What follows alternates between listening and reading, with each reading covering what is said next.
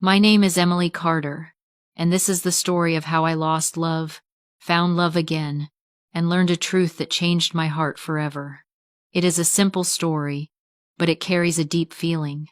I hope you can learn English with me through this journey. 2 years ago, I met a man named Daniel Rivers. Daniel was tall, kind, and very handsome. He always had a warm smile, and people liked him everywhere he went. I liked him too. We started dating, and my life felt safe and full. We went to restaurants, watched movies, and held hands in the park. He met my family and I met his. His mother said I was good for Daniel. My mother said Daniel was perfect for me. I believed we would stay together for a long time. But one day, everything changed. 6 months ago, Daniel suddenly told me that he wanted to break up. He said, "Emily, I am sorry, but I don't feel the same anymore." His voice was quiet, and he did not look into my eyes. I did not understand anything. How could love stop so fast? How could my future disappear in one moment? I cried for many nights. I did not want to eat or see my friends. My bed felt too big. My home felt too quiet. Nothing felt normal. My friends tried to help. They told me, "You will be okay. Time helps." But time felt slow, and my heart felt heavy. I looked at old photos of Daniel and me. I read old messages again and again. I asked myself, what did I do wrong? But I never found an answer. I did not know then that sometimes the reason is bigger than what we see. After some weeks, I started living my normal life again. I went back to work. I met my friends, though I still felt sad sometimes. Daniel and I had many friends in common, so I still saw him at dinners and parties. He talked politely but stayed distant. He never looked into my eyes for long. I thought he just wanted to forget me. There was another person who was often there too. His name was Michael Stone. Michael was Daniel's best friend since childhood. They grew up together, played sports together, and knew everything about each other. I never looked at Michael in a special way before, but he was always kind to me. After the breakup, he always asked softly, "Are you okay, Emily?" and smiled in a way that made my heart feel lighter for a moment. My days felt empty. I went to work, came home, cooked simple food, watched TV, and tried to sleep. I felt lonely even when the world outside looked busy and happy. My friends wanted me to go out again. One Friday night, my friend Chloe had a party at her home. I did not want to go, but Chloe insisted. "Please come," she said. "You need to feel alive again." So I went. The house was full of people laughing, talking, and dancing. The music was loud, and the lights were warm. For a moment, I felt okay, but then I saw Daniel standing near the kitchen with a girl.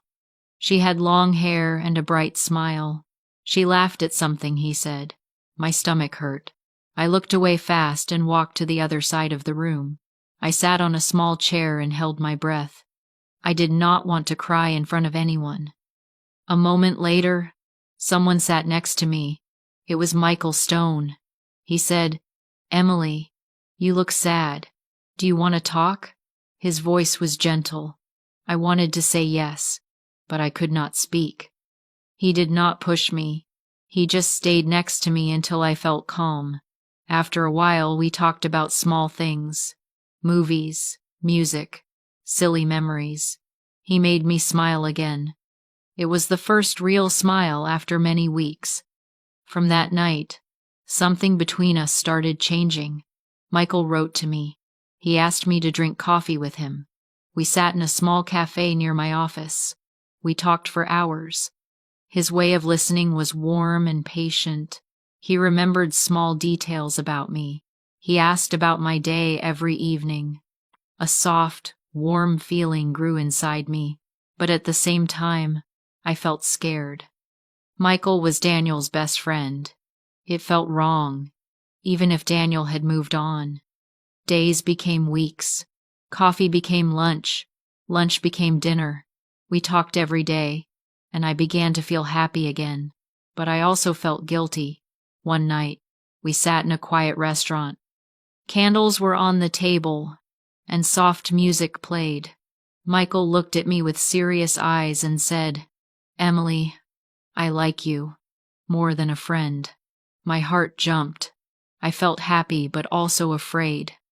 I whispered, "Michael, I don't know what to say." "You don't have to say anything," he answered. "I just want you to know." But I could not stop thinking about Daniel and what people would say. I told Michael I needed time. After that night, I avoided him. I did not answer his messages quickly. I did not go to places where he might be. My friend Chloe noticed and asked what was wrong.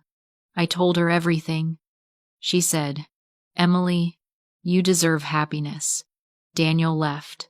You don't owe him anything." But my heart felt heavy. I did not understand why happiness could feel so confusing. One afternoon, I went to a quiet cafe. As I sat near the window, I saw Daniel walk inside. He looked surprised to see me, then smiled politely. He sat with me and asked how I was. We talked about simple things. My heart beat fast because I wanted to tell him the truth. I took a deep breath and said, "Daniel, I need to tell you something. Michael told me he likes me." Daniel looked down at his coffee for a long time. Then he said, "Emily, I broke up with you. You do not owe me anything." His voice was calm, but something in his eyes looked tired. "I hope you find happiness," he said. "Michael is a good man." I was surprised. I thought he would be angry or sad, but he smiled and said, "Take care of yourself, Emily." Then he stood up and walked away. After that talk, I felt lighter. I messaged Michael and asked to meet. We talked honestly. I told him my feelings and fears. He held my hand and said, "I don't want to hurt Daniel, but I care about you. Truly." I said, "I care about you too." From that moment, we chose each other. We took things slow, but every day, our love grew stronger. 3 months passed. Michael and I were happy. We went on dates, cooked together, and talked about the future. 1 year later, he asked me to marry him. I said yes. Our families were happy. Our friends supported us. Even Daniel sent a short message. "I am happy for you both." Then came the day of my wedding. The sun was bright. The flowers were white and soft. My dress was simple and beautiful. People were laughing and waiting. I felt nervous, but full of joy. I was going to marry a good man, a man who cared deeply about me. But just before the ceremony started, the world changed. Michael's phone rang. He looked at the screen and his face turned white. He whispered something to my mother, and they walked away for a moment. When they came back, my mother held my hands tight. Michael looked down, unable to speak. "Emily," my mother said softly, "we just received news. Daniel Rivers passed away this morning at the hospital." The room around me grew quiet. My breath stopped. My vision blurred. Daniel? Gone? How? Why? I felt the walls closing around me. I sat down because my legs felt weak. People whispered softly, and the music stopped. I whispered, "He was sick?" No one answered at first. Then Michael's father nodded slowly.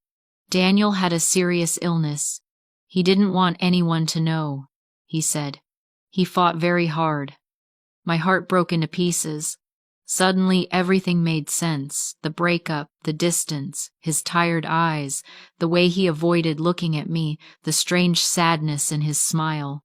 Tears fell down my face. I felt a deep pain, not because I wanted him back, but because I finally understood. Later that night, after the guests left and the lights were dim, Michael sat with me under the quiet sky outside the wedding hall. His hands were shaking. He said, "Emily, there is something I must tell you. something Daniel asked me to keep secret. My heart stopped again. Michael took a deep breath and said, Daniel knew he was very sick. He knew he might not live long. Before he broke up with you, he came to me. He said he loved you very much, but he didn't want you to suffer with him. He didn't want you to watch him get weaker. He asked me to take care of you after he was gone, if you ever needed someone. I felt a sharp pain in my chest. So, he left me because he loved me? I whispered with a trembling voice. Michael nodded. His eyes were full of tears. He loved you so much. He wanted you to have a future. He asked me to stay close, but only if you chose me on your own. He didn't want to control anything. He only wanted you to be happy. I cried in Michael's arms, not because of guilt, but because of the deep love Daniel had carried silently. He had been strong, gentle, and brave, even when he knew his time was short. He protected me in the only way he could, by letting me go. In the weeks after the wedding, I visited Daniel's grave.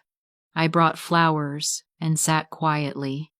I said, "Thank you for loving me. Thank you for being brave. I will never forget you."